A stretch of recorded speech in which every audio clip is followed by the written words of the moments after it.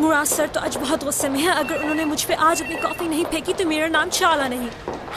बस सोना, ये बिल्कुल सही वक्त पर आ गई, इसने मुझे बचा लिया। मुराद सर तुम्हारा वेट कर रहे हैं। अब वो मेरा वेट क्यों कर रहे हैं?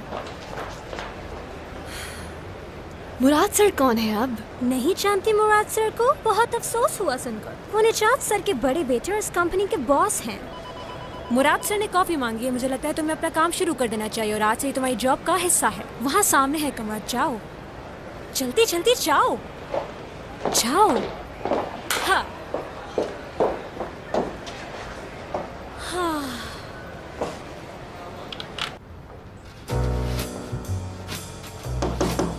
यस, कॉफी टेबल पर रख दो चाला। कॉफी लेकर चाला नहीं आई, उसने मेरे हाथ भिजवा दिया।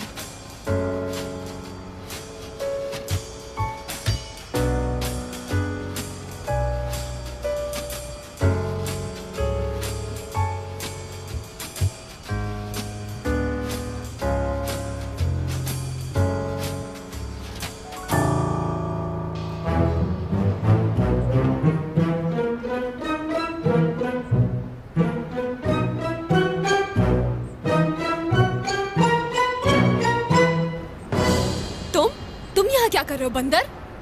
नौकरी जाएगी अगर किसी ने देख लिया। तुम्हें बता तो चुका हूँ, यहीं काम करता हूँ मैं। समझ गई कि तुम यहाँ काम करते हो, लेकिन ये मुराद साहब की कुर्सी के पास उनके कमरे में क्या कर रहे हो? मैं हूँ मुराद। नाम से क्या होता है? रोड पर चले तो 10 लोगों में से 2 मुराद निकलेंगे, और ऐसे स्टाइल मारने से और सूट पहनने से कोई बॉस नहीं बन जाता है।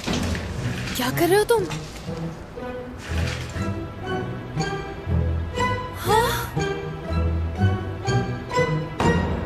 यानी सीरियसली मुराद सर आप हैं? सॉरी मुराद सर। मुझे लगता है कि कॉफी ठंडी हो चुकी होगी अब तक। जी, मेरी बातों में कॉफी ठंडी हो गई।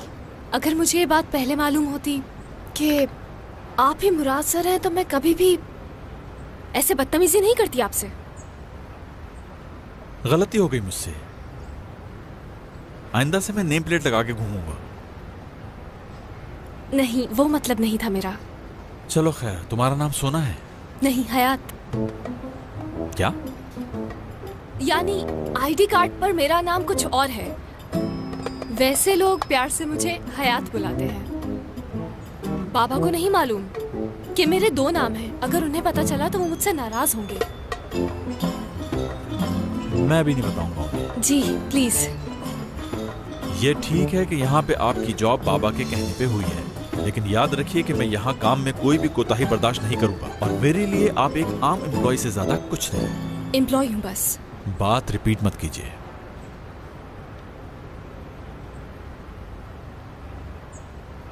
ठीक है। क्या ठीक है? बात रिपीट मत करो, ये कहकर चुप हो गए हैं। लगता है आपको सख्त लहजा ही समझ में आता है। जाइए और अपना काम कीजिए। क्या तुम लोग जानती हो जिस बंदर से मेरी लड़ाई होती रहती है वही बंदर मेरा बॉस निकला।